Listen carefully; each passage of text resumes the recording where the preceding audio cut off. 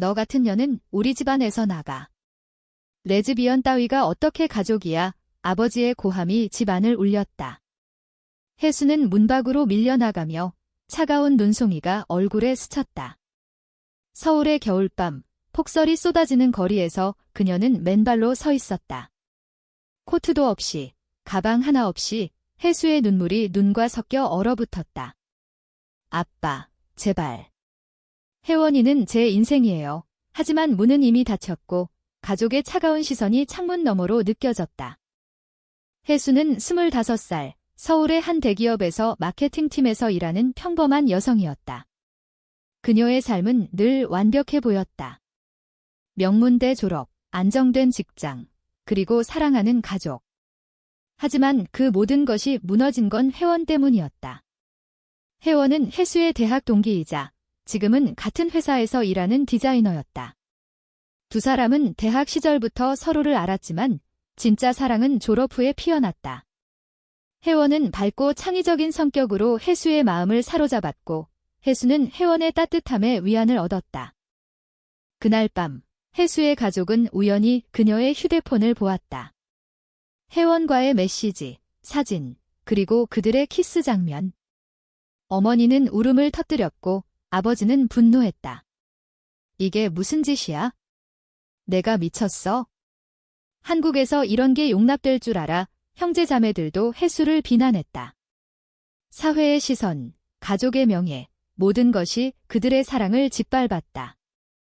혜수는 변명하려 했지만 아버지는 그녀를 집 밖으로 내쫓았다. 감옥에 넣을 거야? 내 정신이 나간 거니까? 병원에 가서 고쳐. 폭설이 내리는 거리에서 혜수는 떨리는 손으로 혜원에게 전화를 걸었다. 혜원아. 나 쫓겨났어. 집에서 혜원의 목소리가 떨렸다. 어디야? 지금 갈게. 기다려. 혜수는 근처 공원 벤치에 앉아 기다렸다. 눈이 쌓이는 소리가 고요한 밤을 메웠다. 그녀는 어린 시절을 떠올렸다. 보수적인 가정에서 자란 혜수, 항상 부모의 기대를 따라 살았다. 하지만 혜원과 만난 후 그녀는 진짜 자신을 찾았다. 그 사랑은 죄가 아니었다. 그런데 왜 이렇게 아픈가? 혜원이 도착했을 때 그녀의 차는 눈길에 미끄러지며 멈췄다. 혜수야. 혜원은 혜수를 끌어안았다. 두 사람의 체온이 섞이는 그 순간 세상이 멈춘 듯 했다. 괜찮아. 나랑 같이 가자. 내 집으로 오. 하지만 혜수는 알았다. 이건 시작일 뿐. 가족은 포기하지 않을 테고 사회의 벽은 높았다. 한국에서 레즈비언으로 사는 건 여전히 전쟁이었다. 그날 밤 두 사람은 혜원의 작은 아파트로 갔다. 혜원은 따뜻한 김치찌개를 끓여주며 혜수를 위로했다. 우리가 함께라면 이겨낼 수 있어. 혜수는 고개를 끄덕였지만 마음속으로는 두려움이 싹텄다.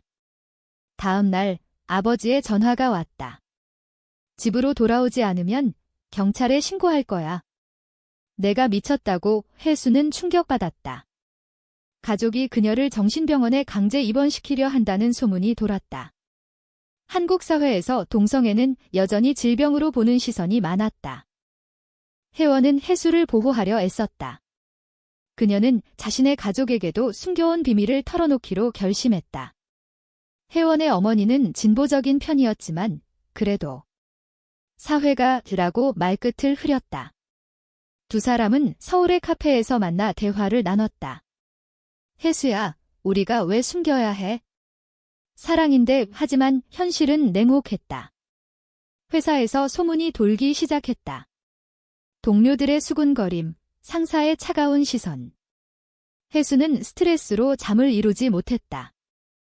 한겨울, 설날이 다가왔다. 한국의 전통 명절, 가족이 모이는 시간. 하지만 혜수는 가족 없이 혜원과 함께였다. 두 사람은 한강공원에서 산책하며 떡국을 나눠 먹었다. 올해는 우리 둘이 가족이야. 혜원이 웃으며 말했다. 그 순간 혜수의 눈에 눈물이 고였다. 사랑은 아름다웠지만 고통도 컸다. 가족의 배신, 사회의 편견. 이 모든 게 그들의 사랑을 시험했다. 혜수의 아버지는 포기하지 않았다. 그는 변호사를 고용해 혜수를 정신 이상으로 몰아가려 했다. 감옥이 아니면 병원이다. 그의 말은 위협이었다. 혜수는 법률 상담을 받기 시작했다. 한국의 LGBTQ 커뮤니티에서 도움을 구했다. 그곳에서 만난 사람들의 이야기가 그녀를 강하게 만들었다. 너만 그런 게 아니야? 싸워야 해. 혜원과 혜수는 함께 싸우기로 했다. 그들의 사랑은 단순한 로맨스가 아니었다. 그것은 자유를 위한 투쟁이었다. 폭설의 밤, 추방된 그날부터 두 사람의 여정이 시작되었다. 혜수는 혜원의 아파트에서 지내기 시작했다. 작은 방, 좁은 침대, 하지만 그곳은 안전한 피난처였다. 아침에 일어나 커피를 마시며 두 사람은 미래를 이야기했다. 결혼은 안 돼도 파트너십 등록이라도 혜원이 말했다. 한국에서 동성 커플의 법적 인정은 아직 먼 이야기였다. 하지만 희망은 있었다. 최근 LGBTQ 운동이 활발해지며 변화의 바람이 불었다. 그러나 가족의 압박은 계속됐다. 혜수의 어머니가 몰래 연락해왔다. 혜수야, 집으로 돌아와. 아빠가 화풀었어. 하지만 혜수는 알았다. 그것은 함정이었다. 어머니의 눈물 뒤에는 아버지의 계획이 숨겨져 있었다. 그는 혜수를 정신과 병원에 강제 입원시키려 했고 그곳은 전환치료로 악명 높았다. 한국 사회에서 여전히 존재하는 그런 곳들. 혜원은 혜수를 지키기 위해 자신의 직장을 걸었다. 회사에서 소문이 퍼지자 그녀는 상사에게 솔직히 털어놓았다. 저희는 사랑해요. 그게 문제인가요? 상사는 한숨을 쉬며 말했다. 회사 이미지가 결국 혜원은 경고를 받았고 혜수는 스트레스로 병가를 냈다. 두 사람은 서울의 LGBTQ 센터를 찾았다. 그곳 상담사는 가족의 개입을 막기 위해 법적 조치를 취하세요 라고 조언했다. 겨울이 깊어지며 크리스마스가 다가왔다. 서울의 명동 거리는 불빛으로 물들었다. 두 사람은 손을 잡고 산책했다. 이런 날 너와 함께라서 행복해. 혜수가 속삭였다. 혜원은 선물로 목도리를 주며 키스했다. 그 순간 주변의 시선이 느껴졌지만 두 사람은 개의치 않았다. 사랑은 숨길 게 아니었다. 하지만 충격적인 배신이 기다리고 있었다. 혜수의 오빠가 혜원을 찾아왔다. 혜수한테서 떨어져. 내가 내 동생을 망쳤어. 그는 혜원의 과거를 파헤쳤다. 혜원은 고아원 출신으로 어려운 어린 시절을 보냈다. 오빠는 그걸 이용해 협박했다. 내가 사라지지 않으면 회사에 알릴 거야. 혜원은 충격받았지만 혜수에게 말하지 않았다. 그녀는 혼자 고민했다. 혜수는 이상함을 느꼈다.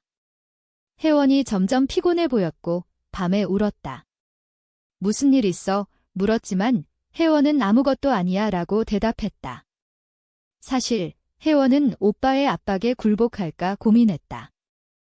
혜수를 위해 내가 사라져야 할까? 그녀의 마음은 갈등으로 가득 찼다.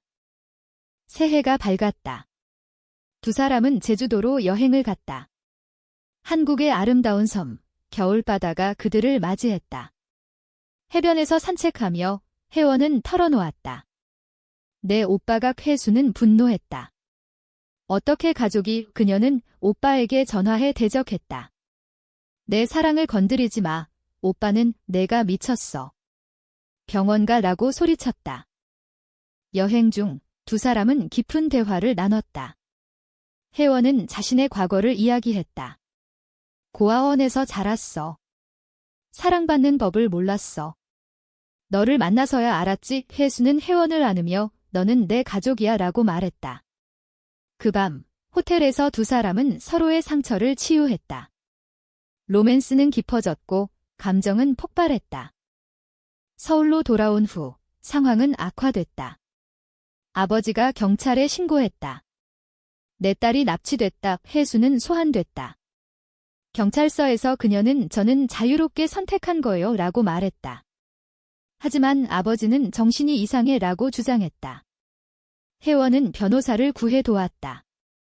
법정 싸움이 시작됐다. 이 과정에서 두 사람의 사랑은 더 강해졌다. 친구들의 지지, 온라인 커뮤니티의 응원. 한국 사회가 조금씩 변하고 있었다. 하지만 여전히 편견은 컸다. 혜수는 우울증에 시달렸고 혜원은 불면증이 왔다. 그럼에도 그들은 포기하지 않았다. 법정에서 아버지의 주장은 무너지기 시작했다. 변호사가 증거를 제시하며 동성애는 질병이 아닙니다라고 말했다. 판사는 가족의 간섭을 금지한다는 판결을 내렸다. 혜수는 자유를 얻었지만 가족과의 단절은 깊어졌다. 어머니만이 가끔 연락해 미안해라고 말했다. 하지만 아버지는 여전히 화를 냈다. 혜원과 혜수는 새 삶을 시작했다. 그들은 함께 작은 카페를 열기로 했다. 서울의 홍대 근처 LGBTQ 친화적인 공간. 우리처럼 사람들을 위한 곳. 혜원이 아이디어를 냈다. 준비 과정에서 두 사람은 더 가까워졌다. 메뉴 개발, 인테리어, 모든 게 로맨틱했다. 봄이 오며 벚꽃이 피었다. 두 사람은 여의도 공원에서 피크닉을 했다. 영원히 함께하자. 혜수가 약속했다. 하지만 배신이 다시 찾아왔다. 혜수의 절친한 친구 지은이 소문을 퍼뜨렸다. 혜수가 레즈비언이래. 회사에서 잘렸어. 지은은 질투심에 그랬다. 과거 혜수와 가까웠던 그녀는 혜원을 시기했다. 소문은 회사로 퍼졌고 혜수는 해고 위기에 처했다. 이미지 문제야. 상사가 말했다. 혜수는 절망했다. 왜 나한테 이런 일이? 그녀는 혜원에게 화를 냈다. 너 때문이야. 순간의 실수였다. 혜원은 상처받았지만 이해했다. 미안해. 하지만 같이 이겨내자. 두 사람은 화해하며 더 강해졌다. 여름이 왔다. 무더운 서울. 두 사람은 부산으로 휴가를 갔다. 바다에서 수영하며 웃었다. 이제 행복할 수 있을까? 혜수가 물었다. 혜원은 우리가 있잖아 라고 대답했다. 하지만 돌아온 후 아버지의 새 계획이 드러났다. 그는 혜원을 고소하려 했다. 내 딸을 유혹했다는 명목으로. 혜원은 공포에 떨었다. 그녀의 과거가 다시 드러날까봐 고아원 시절의 트라우마가 되살아났다. 나는 가치 없는 사람이야. 그녀는 혜수에게 말했다. 혜수는 아니야. 너는 내 비디야 라고 안심시켰다. 두 사람은 상담을 받기 시작했다. 한국의 LGBTQ 상담소에서 그들은 치유를 찾았다. 가을, 단풍이 물든 산책로에서 두 사람은 깊은 감정을 나눴다. 내가 없으면 안 돼. 혜원이 눈물 흘렸다. 혜수는 키스하며 영원히 라고 속삭였다. 하지만 아버지의 고소는 진행됐다. 법정에서 혜원은 증언했다. 저희는 사랑합니다. 그게 죄인가요? 판결은 혜원에게 유리했다. 하지만 정신적 피로는 컸다. 혜원은 우울증에 빠졌다. 혜수는 그녀를 돌보며 자신의 사랑을 증명했다. 너를 위해 뭐든 할게. 이 과정에서 두 사람의 유대는 깊어졌다. 한국 사회의 변화, 퀴어 퍼레이드 참여. 그들은 용기를 얻었다. 겨울이 다시 왔다. 첫눈이 내리는 날, 혜수는 혜원에게 프로포즈했다. 결혼은 안 돼도 약속하자. 반지를 주며. 혜원은 울며 받아들었다. 하지만 가족의 그림자는 여전했다. 카페 오픈 날, 친구들과 지지자들이 모였다. 레인보우 카페라는 이름으로 한국 전통 차와 현대 디저트가 어우러진 공간. 혜수와 혜원은 행복했다. 우리 꿈이 이뤄졌어. 하지만 아버지가 나타났다. 이런 곳을 열다니 부끄러워. 그는 소란을 피웠다. 혜수는 대응했다. 아빠, 제발 그만해요. 저 행복해요. 아버지는 눈물을 흘리며 떠났다. 그날 어머니가 몰래 왔다. 미안해, 혜수야. 아빠가 변할 거야. 작은 희망이었다. 여름 축제 시즌, 두 사람은 프라이드 퍼레이드에 참가했다. 서울 거리에서 무지개 깃발을 들고 우리는 정상이다. 구호가 울렸다. 혜원은 무대에서 이야기했다. 가족의 배신을 이겨냈어요. 박수가 터졌다. 하지만 온라인에서 악플이 쏟아졌다. 비정상 추방해라. 혜수는 스트레스로 쓰러졌다. 병원에서 깨어나 혜원을 봤다. 미안해, 혜원은 함께니까 괜찮아 라고 말했다. 회복 후 두 사람은 더 단단해졌다. 가을, 제주 여행에서 그들은 미래를 계획했다. 아이를 입양할까? 꿈같은 이야기. 하지만 아버지의 마지막 시도.